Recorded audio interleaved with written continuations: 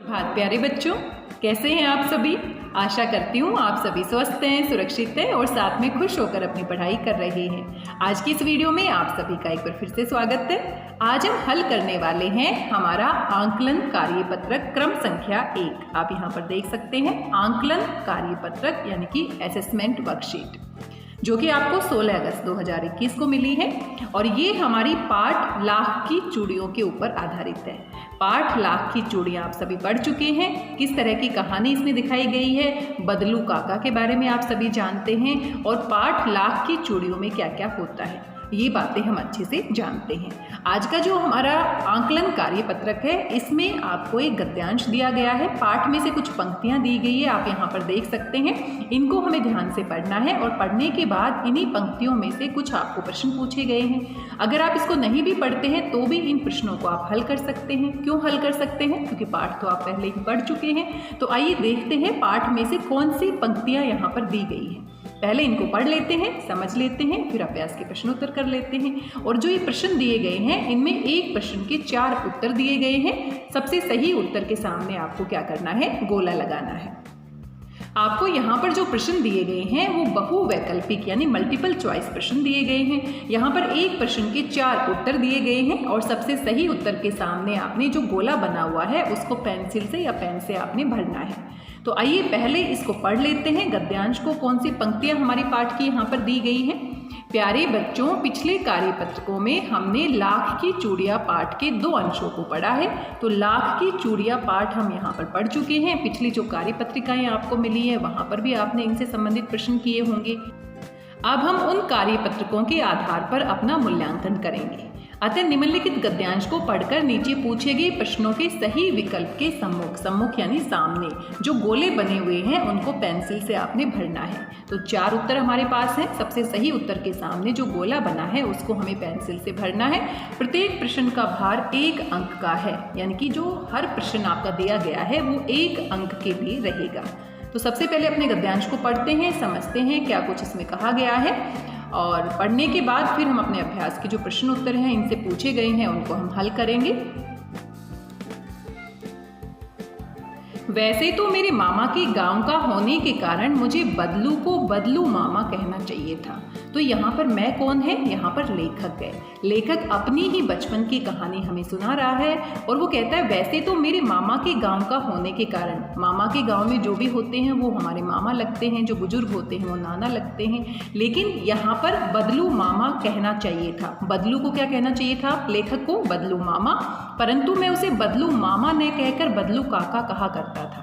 बदलू काका क्यों कहा करता था? क्योंकि गांव के जो बाकी बच्चे हैं वो बदलू को बदलू काका ही कहते थे, क्योंकि बाकी बच्चों का तो वो ननिहाल नहीं था, मामा का घर नहीं था, लेकिन लेखक का मामा का घर था। तो बाकी बच्चों को देख देख कर लेखक भी उनको क्या कहकर बुलाते थे? बदलू मामा ना कहकर बदलू काका बुलाते थे। जैसा कि गाँव के सभी बच्चे उसे कहा करते थे, तो बच्चों की देखम देखी जो हमारे लेखक हैं वो भी क्या करने लगे? बदलू मामा के स्थान पर उसको बदलू काका बुलाने लगे। बदलू के मकान के सामने बड़ा सा सहन था। सहन क्या होता है? आंगन होता है। खुला आंगन जो होता है उसको हम क्या कहते हैं? सहन कहते हैं, जिसमें एक पुराना नीम का वृक्ष लगा था। उसी के नीचे बैठकर बदलू अपना काम किया करता था।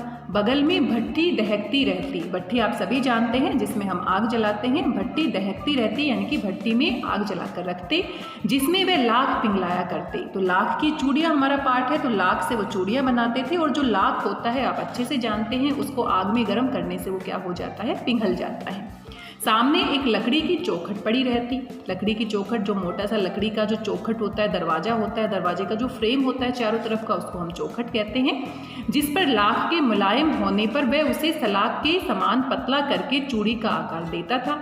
जब लाख पूरी तरह से पिघल जाता था तो उसको पिघलने के बाद चूड़ी के आकार को देने के लिए वो चौखट का इस्तेमाल करते थे। पास में 4-6 विभिन्न आकार की बेलन नुमा मुंगेरियाँ रखी जाती, जो आगे से कुछ पतली और पीछे से मोटी होती। तो मुंगेरियाँ एक प्रकार की लकड़ी ही होती थी जो आगे से पतली होती थी और पीछे से मोटी होती थी, जिसकी सहायता से वो चूड़ियों का आकार देते थे। लाख की चूड़ी का आकार देकर वह उन्हें मुंगेरियों पर चढ़ाकर गोल और चिकना बनाता।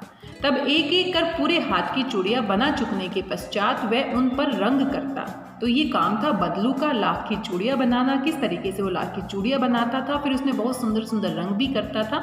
बदलू मणिहार था। मणिहार कौन होता है? चूड़ियों का काम करने वाला, चूड़ियाँ बनाने वाला और चूड़ियाँ बेचने वाला, उसको हम क्या कहते हैं? मणिहार कहते हैं। चूड़ियाँ बनाना उसका पैतृक पेशा था। पैतृक क्या होता है? जो दादा परदादा से हमें विरासत में मिलता है। तो यानी कि बदलू के जो पिता हैं, उनके दादा हैं, परदादा हैं, वो भी ये काम करते थे। तो बचपन से ही उन्होंने अपने दादा परदादा को ये काम करते हुए देखा है, तो पैतृक उनका पेशा था। और वास्तव में वह बहुत ही सुंदर चूड़ियाँ बनाता था। उसकी बनाई हुई चूड़ियों की खपत भी बहुत थी। खपत यानी कि बहुत सारे लोग उनकी चूड़ियों को क्या करते थे? खरीदते थे। उसी गाँव में तो सभी स्त्रियाँ उसकी बनाई हुई चूड़ियाँ पहनती ही थी। आसपास के गाँव के लोग भी उससे चूड़ियाँ ले जाते थे।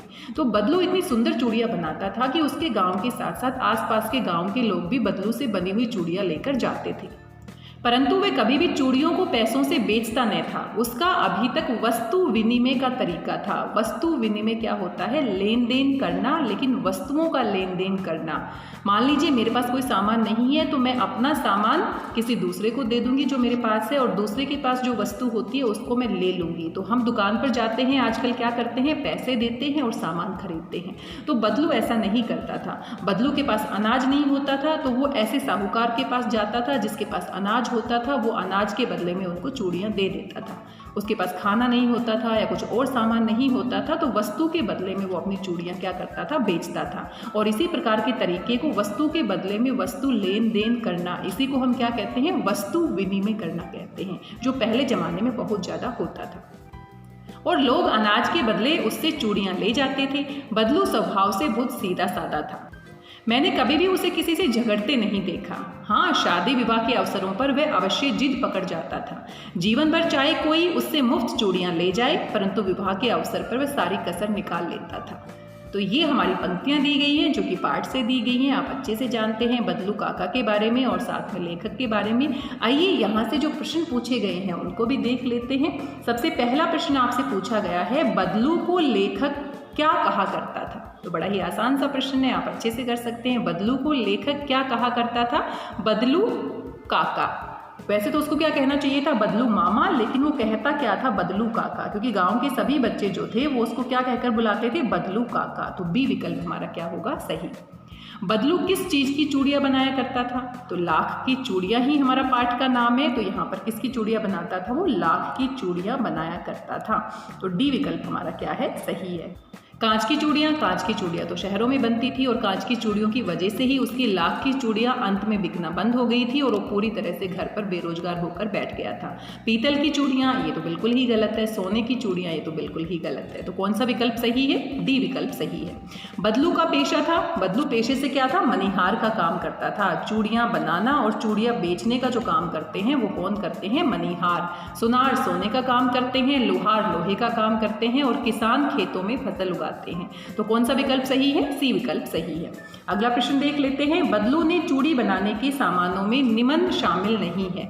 तो बदलू जब चूड़ी बनाता था तो कौन कौन सी चीज़ों का इस्तेमाल करता था और कौन कौन सी चीज़ों का इस्तेमाल नहीं करता था? तो मुंगेरियाँ बिल्कुल सही है, क्योंकि अभी अभी हमने देखा।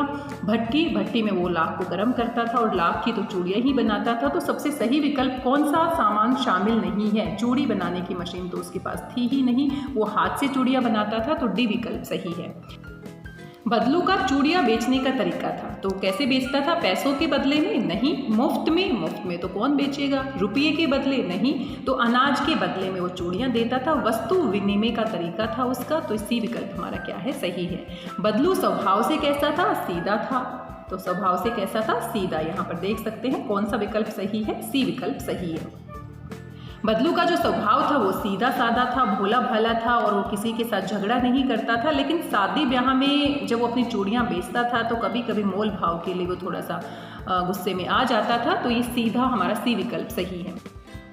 बदलू किस अवसर पर अपनी सारी कसर निकाल लेता था? तो साड़ी यहाँ पर मिसप्रिंट है, गलती से लिख दिया गया है। बदलू किस अवसर पर यानी किस मौके पर अपनी सारी कसर निकाल लेता था? तो शादी ब्याह के अवसर पर वो पूरी कसर निकाल लेता था। तो विवाह के अवसर पर कौन सा विकल्प सही है? ए विकल्प सही है। जब किसी का विवाह होता था, शादी होती थी और वो जोड़ा देता था लाख की चूड़ियों का, तो पूरी कसर निकाल लेता था। जितने पैसे में उसको देना होता था उतने ही पैसे लेता था, बाकी वो मानता नहीं था। इन शब्दों में से तत्सम शब्द चुनकर लिखिए। तत्सम शब्द क्या होते हैं? जो संस्कृत भाषा के होते हैं, हिंदी में भी प्रयोग किए जाते हैं। तो गाम नहीं, ग्राम, ग्राम, गंवार। तो ग्राम जो है वो हमारा संस्कृत का शब्द है और ग्राम से ही गांव बना है। हिंदी में उसको परिवर्तित करके गांव भी कहते हैं। तो ग्राम हमारा क्या है? तत्सम शब्द है। वृक्ष शब्द का समानार्थी शब्द लिखिए। तो वृक्ष जो होता है उसको हम क्या कहते हैं? पेड़ भी कहते हैं। तो समानार्थी यानी कि यहाँ पर पर्यायवाची शब्द आपको बताना है। तो वृक्ष को हम क्या कहते हैं? पेड़ भी कहते हैं। बी विकल्प सही है। पौधे, पौधे तो बहुत छोटे होते हैं, वृक्ष बड़े होते हैं, पेड़ भी बड़े होते हैं। तृण, तृण तिनका होता है। घास, घास आप सभी जानते हैं। तो सबसे सही विकल्प कौन सा है? बी विकल्प। पिघलना शब्द का विलोम, विलोम यानी उल्टे अर्थ वाला पूछा है। तो पिघलना और जमना, तो ये भी आसान है। जमना और पिघलना, डी विकल्प यहाँ पर क्या है? सही है। बड़े ही आसान से प्रश्न थे, बड़ी आसानी से आप इनको कर सकते हैं क्योंकि पाठ हम पहले ही पढ़ चुके हैं। तो कुल हमारे 10 प्रश्न दिए गए थे। सबसे सही विकल्प के सामने जो गोला लगा हुआ है इसको आपने पेंसिल से भरना है। कोविड के संदर्भ में आप अच्छे से जानते हैं, नियमित रूप से अपने हाथों को साबुन और पानी से धोना है। घर से बाहर निकलते समय मास्क पहनना है। किसी भी प्रकार की लापरवाही नहीं बरतनी है। आशा करती हूँ सभी प्रश्न आपको समझ में आए होंगे। बड़े ही आसान से प्रश्न थे क्योंकि पाठ में से दिए गए थे। आज की इस वीडियो में बस इतना ही। मिलते हैं एक नए वीडियो में कुछ और महत्वपूर्ण प्रश्नों के साथ, किसी नए कार्यपत्रक के साथ। तब तक स्वस्थ रहिए, व्यस्त रहिए, मस्त रहिए, खुश होकर पढ़ते रहिए। मेरी भाषा हिंदी भाषा परिवार के साथ जुड़ने के लिए आप सभी का धन्यवाद, बहुत बहुत धन्यवाद।